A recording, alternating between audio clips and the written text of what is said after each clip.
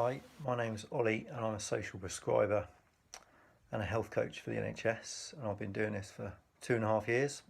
My job's all around helping, collaborating and supporting people to make informed choices that better their lives and putting patients in the centre of their health journey.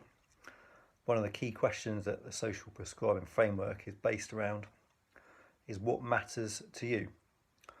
And what matters to me is truth, honesty and integrity, and not the coercion, deception and manipulation that's out there now, with mandates that neither stop you from getting the virus or from spreading it.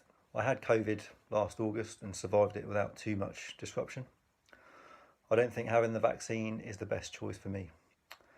We've gone from asking what matters to you or how are you to asking what's in you, and that doesn't sit right with me.